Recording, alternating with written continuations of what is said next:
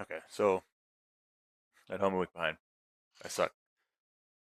The last episode, episode 4, I said that I was going to dive into like not being like that guy anymore, the gym bro that tracks all his shit, consistent in the gym, reliable. Because the reality is that I wasn't.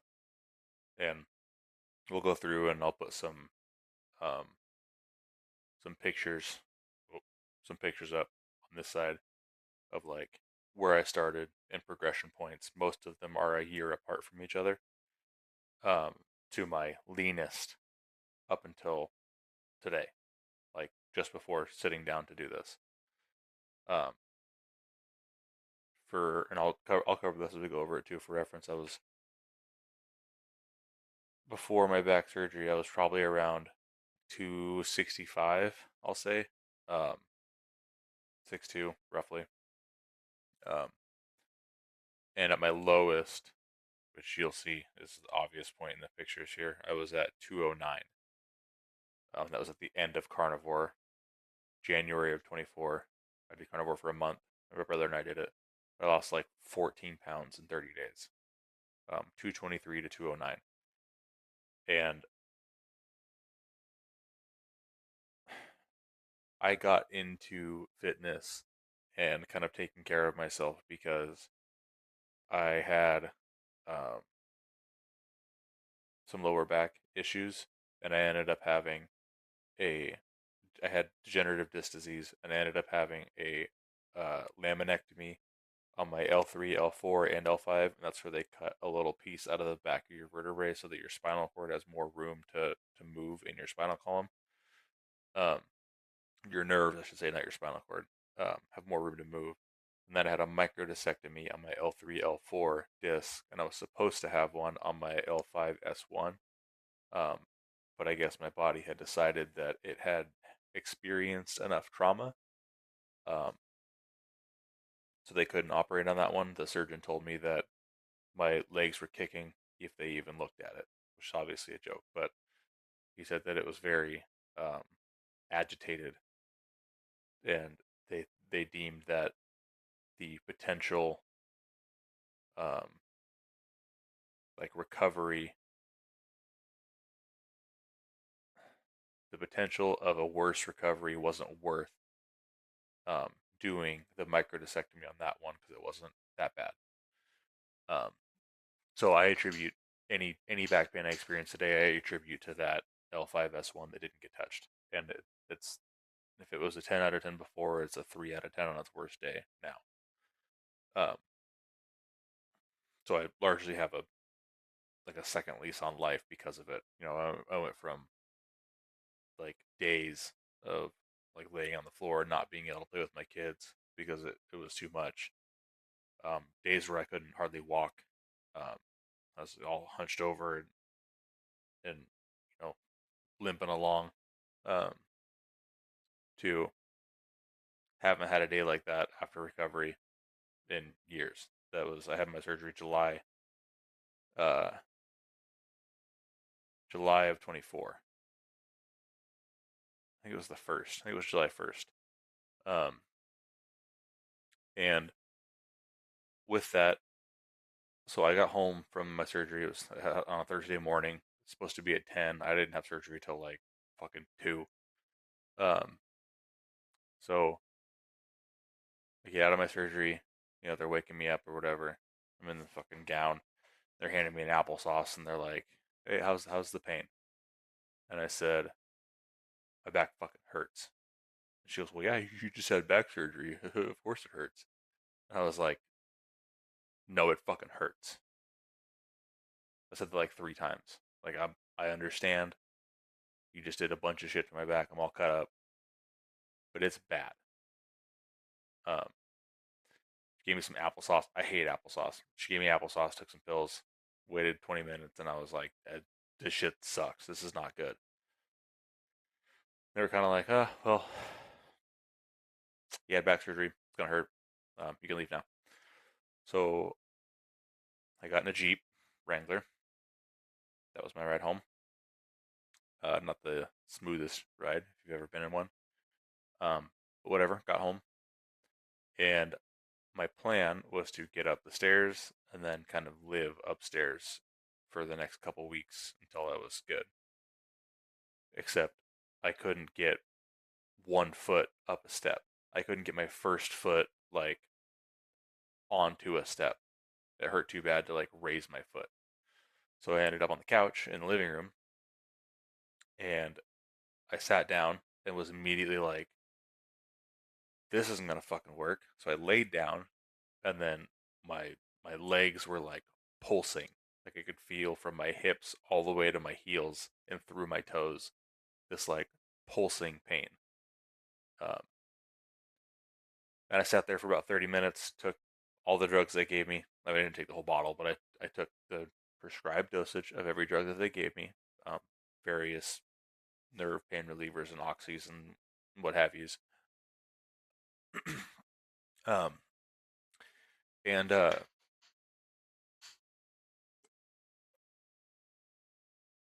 sorry, side note, these zero sugar mugs, premium. Um, I decided that this wasn't going to work. I can't get up the stairs. I can't get on this couch. I was like, hey, we need to call. I need to call an ambulance. Something's not right. I need to go somewhere and have this looked at. Something's not right. That's how bad it was. Um, and I went to call an ambulance because I couldn't get off the couch. Now I probably could have been like pulled off the couch, but mind you, I just had multiple spinal surgeries. I was trying not to be mean to it. Uh, so paramedics came in, helped me off the couch, got me on the little gurney thingy, put me in the back. We went to whatever hospital, St. Joe's. Um, I spent a couple hours in this rickety old fucking 1975 wheelchair, asking for a throw up bag, until my mom got there a couple hours later and was like, you stupid motherfuckers. He just had back surgery today, and you have him in this metal wheelchair. Get him in a fucking bed now." And they got me in a bed. So thanks, mom, for that one. And this was, like I said, this was July of 24, or 21. Sorry. So COVID was still a thing. Yeah, they didn't let more than one visitor at a time. Um, so I spent the night in the hospital. They gave me whatever they gave me, and I went to sleep. And then uh, the next morning, I woke up and the surgeon's assistant was there, and he said, "Well, based off of everything that you've told me, you had a reaction that only about 5% of people that have the surgery experience. That that like pulsing leg pain was the indicator." Um, so that's fucking cool. I got to be in a elite group of uh, uh, reaction experiencers. Um, so I spent like a day in the hospital. Um, I might have went home that night, but it might have been the next day. I don't really remember. I think it was that night. And then I spent, or that afternoon or whatever. And I spent, ended up going to my dad's house because he had less steps. And I stayed in his like man cave futon thing that I could roll off of, for a couple of days. Uh, After that recovery was what I would call like normal, just walking when you can, um, or whatever. But of course, after all of this trauma, I was like, I can't be 260 pounds, you know, coming off this back surgery. I can't go back to how I was before. It's I can't go through all of this and then just still not take care of myself. I just can't. So I started going to the gym. Diet came later, and after a few years of consistency and um, getting the diet in order, I started to hover between like depending on how in line my diet was, I would hover between 215 and 225, which I think is a good weight, um, for a 6'2" individual. Um, but I still had a little bit of fat. But I mean, as you'll see in these pictures here, um, that I had lost a ton of the weight, and I was dialed in, locked in, like we're getting after it. Um, I had gotten my through this endeavor, I had decided that I wanted to be a personal trainer because I wanted to help other people that um, were going through what I did or were on track to go through what I did. I think the one of the largest barriers to people getting their life together when it comes to their physical health is just like permission and education. And when I say permission, I think most people just assume that like they're incapable or they don't know how or it's too hard or any of the reasons. And I think that if you can uh, reach those people and explain that none of that matters and none of it's true. Like it's either hard to get your health in order or it's hard to have your health not in order. Like that's hard either way. And it's not as hard as you think to like get to a reasonable weight or to have a reasonable um, routine in the gym. You don't have to do a lot. Uh, I think it's like I think if you walk for like 20 minutes a day, you reduce your all cause mortality by like 67% or something crazy. Um, and then education being like mostly food related, but exercise too. I think a lot of people think that you need to spend 2 hours in the gym, and you don't. You can you can go 3 times a day, 30 minutes each, and get a shitload done.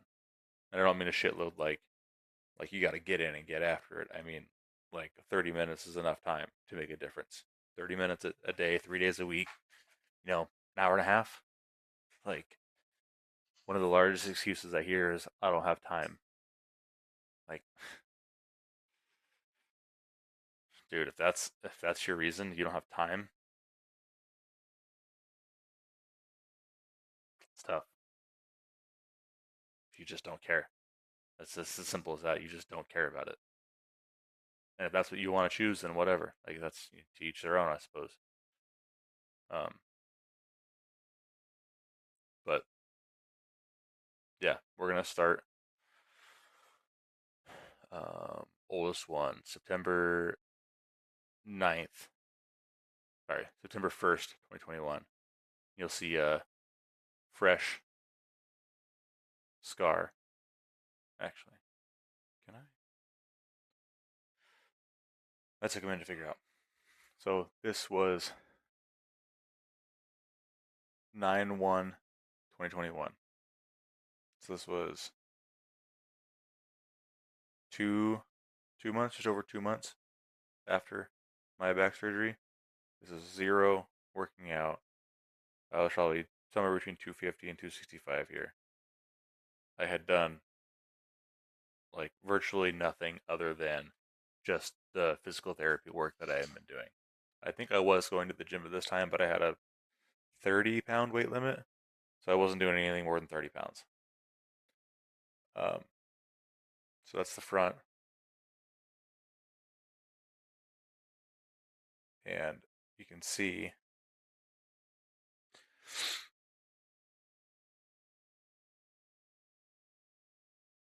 these pictures are so strange to look at. Um, you can see I had a gut, moves. There was no tricep muscle. Um, it's not short on rolls. You can even see the stretch marks and stuff. I spent a long time overweight, even as a kid. I'll go to the back here.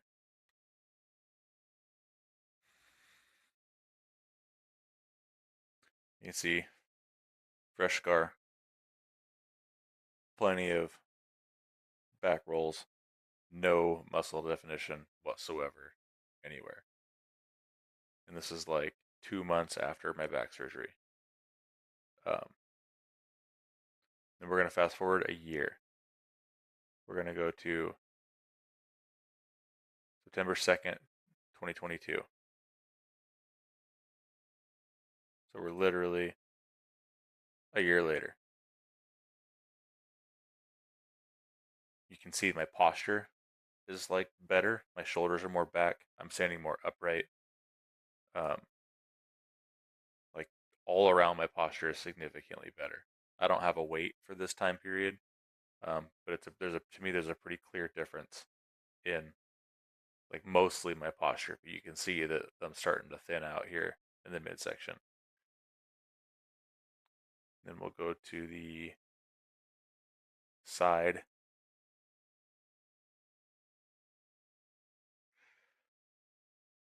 Um, you can see that this roll is starting to go away. My gut is less like distended. Um, Starting to get a little bit of like muscle definition in the arms. You can see those stretch marks not going away because they probably never will, but they look better. And then we'll go to 9/22/22. So this is the back picture.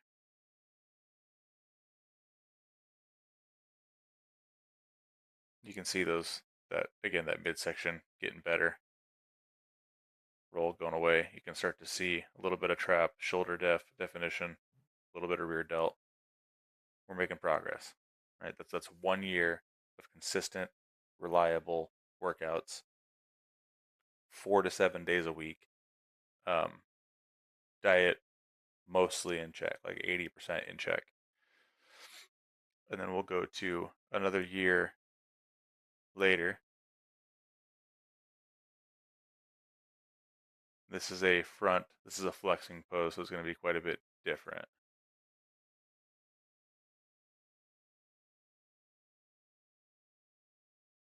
So this is now two, a little over 2 years post back surgery.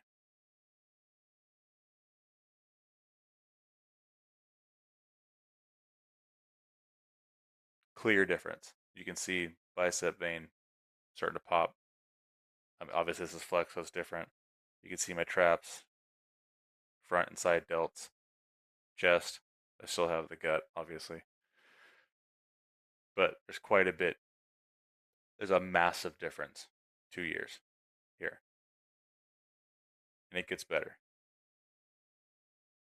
So these are the at my lowest um, pictures, lowest weight, and there's quite a few of them. Um, we're just gonna go with one of them actually because this one's the best, I think.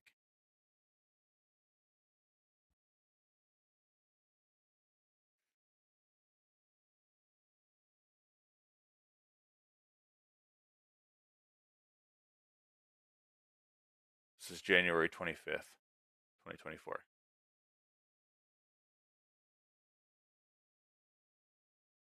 Massive difference, in my opinion.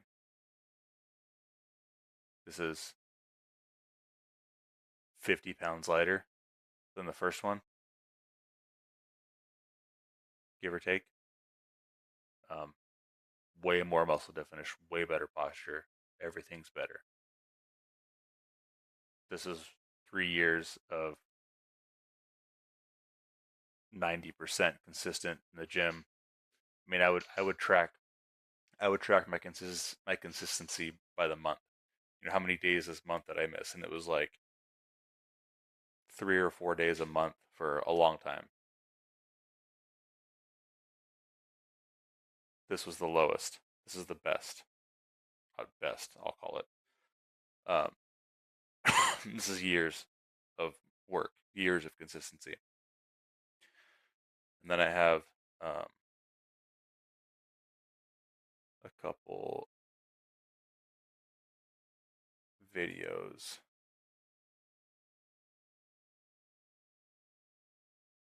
kind of showing the difference also.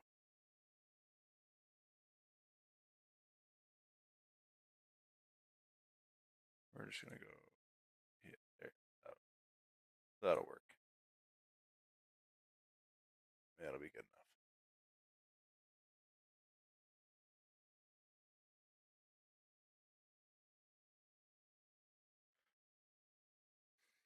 This was obviously September 2023, October to September, 2 years apart.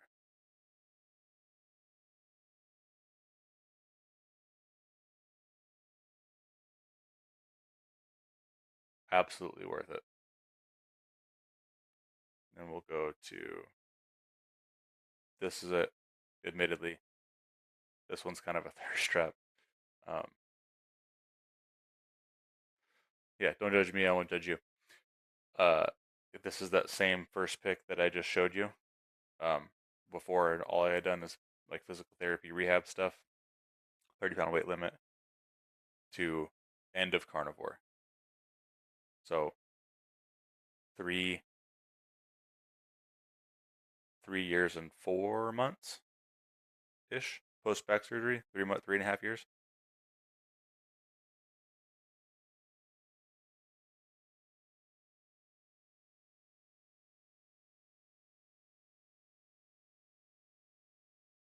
Wild to me. Like I barely recognize this person today. Um, it's just the way that it is.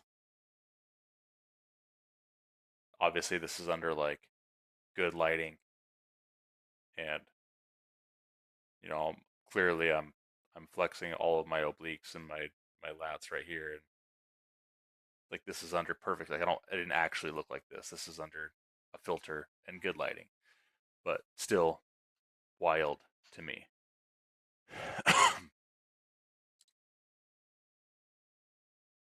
This is today. This was minutes before I sat down to do this. As of this morning, I weighed 239.7 pounds.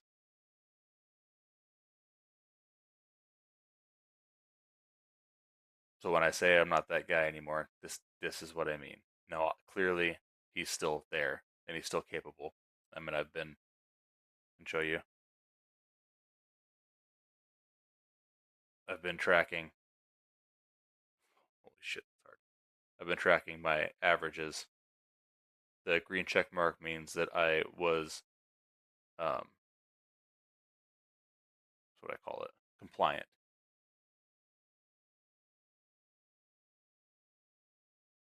I try to track all of that now, and I go by weekly averages instead of daily weights, because you can see they're all over the place. Um, X means I wasn't compliant. Overeat, overate usually, over calories, well over calories means not compliant. So clearly he's still there. Just got to get him back. Let's go right here.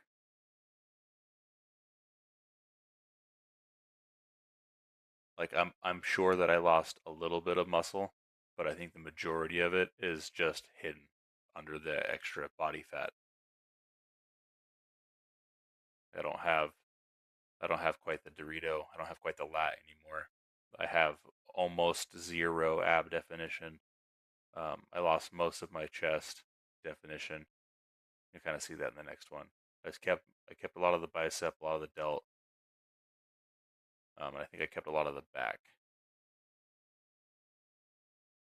You can't see it as much, but again, we're getting that midsection filled out again.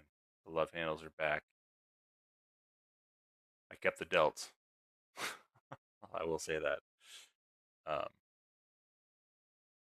but yeah, like I said, this is today. It's quite a big difference, if you ask me. Now I went from this, or I went from go to a different one here. I went from this to this in a year and a half. That's a long time. I mean, it took 4 years, 3.5 years to get to where I was. So it presumably would take 3.5 years to get back to where I started, or it'll take a year to get back to where I was. Like it just is what it is. And the whole point of this is not to say that like the whole point of this is to say that should you find yourself lagging, Fix it. If you've already done it, you can do it again. You just need to dial it in and figure it out. You did it before, you can do it again. That's the message. But I wanted to cover this so that everybody kind of knows, number one, what I meant when I said I'm not that guy, and two, this entire podcast is me trying to live publicly, um, and close the gap where I'm missing it, closing the gap where I have a gap, and I have a gap here that needs to be closed. This is my main focus because I promised myself after my surgery that I would never go back to where I was. This is me preventing that. It's gone too far and it's going to get fixed. That's what's happening here.